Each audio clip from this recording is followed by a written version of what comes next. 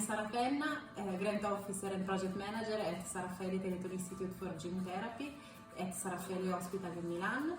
I have been a researcher. I did my PhD and my postdoc, 2 years of postdoc at San Raffaele TGet, and then I joined the Research Strategy and Communication Office, always at San Raffaele TGet. My role is to support researchers in the pre-award phase, helping them to prepare all administrative documents, checking eligibility criteria and budget before the grant submission. So a good practice to see your grant proposal funded is to have a look to the website or grant databases like scientificresearch.com.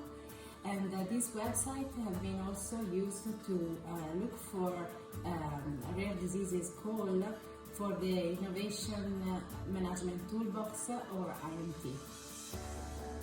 Before to start to use this database, you need to create your own account. Then you can start your first grant research by clicking on the section for researcher, then researcher funding databases, and then you can refine your research by selecting filters and keywords here. Now, to simulate for you the research of a specific grant call, I write in the keyword section rare disease. Then I set other option in this menu by selecting that I'll be the principal investigator and that I'm looking for a research grant. You can also select your nationality and the place where you want to develop your project, if you wish. As you can see by scrolling the resulting list, you can find the past and new open calls, really a lot of opportunities. Finally, if you don't find anything interesting, you can sign up here for alerts, and in this way the system memorizes your research and then sends you emails once an interesting call comes out.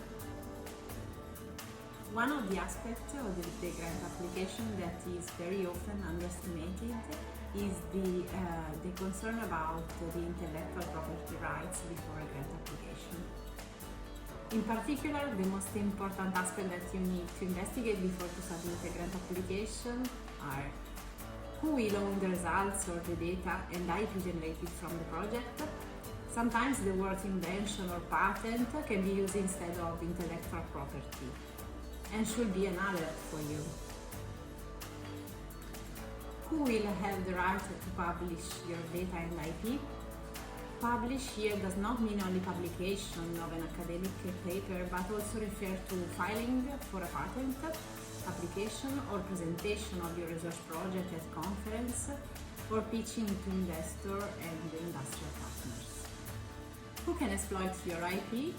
Exploitation here means license or transfer the IP to another party for commercial purpose or earning money. In general, public entities and non-profit organizations have similar rules on IP, and the answer for those questions will be the research institute, where the principal investigator is based, will own the IP, will have the right to publish, and can license the IP. However, the funding agency may use the IP for academic non-commercial research, and non-commercial here means do not generate any money. Some public funding agencies have also the rule on exploitation of IP, like if the research institute cannot exploit the IP. Even using best effort after a specific period, the funding agency can use its own effort to exploit the IP. For example, funding from a US government, which is governed by Bayh-Dole Act, or funding from the calls of Horizon Europe. The companies have grant programs for academic projects. In this case, the rule on IP might be stricter than does from public and non-profit funding. In general, the company can jointly own IP with the research institute and can have the right to first exploit the IP. The IP rules are described in more details in the grant agreement once you are announced that your project is granted. If you are not sure about IP rules, even before applying for a grant or after winning it, you should contact your technology transfer office. If you are not sure about the IP rules before a grant application or even after winning it, you may contact the Technology Transfer Office or your grant office of competence.